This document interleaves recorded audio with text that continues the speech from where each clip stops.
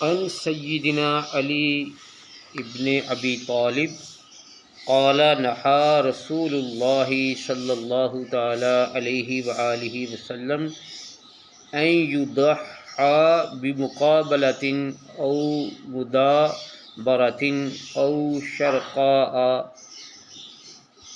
او حرقاء او جدعاء۔ سنن نسائی۔ سیدنا علی المرتضیٰ کرم اللہ وجہ الکریم رضی اللہ تعالی عنہ سے مروی ہے کہ حضور نبی کریم رؤوف الرحیم صلی اللہ تعالی علیہ وآلہ وسلم نے مقابلہ، مدابرہ، شرقاء، حرقاء اور جدعاء کی قربانی دینے سے منع فرمایا ہے۔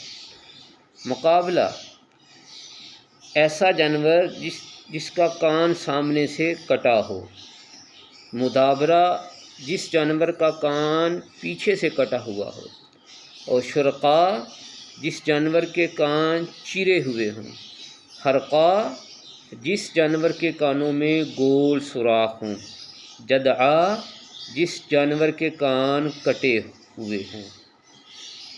یعنی ان سب کی قربانی کرنے سے آپ علیہ السلام نے منع فرمایا ہے۔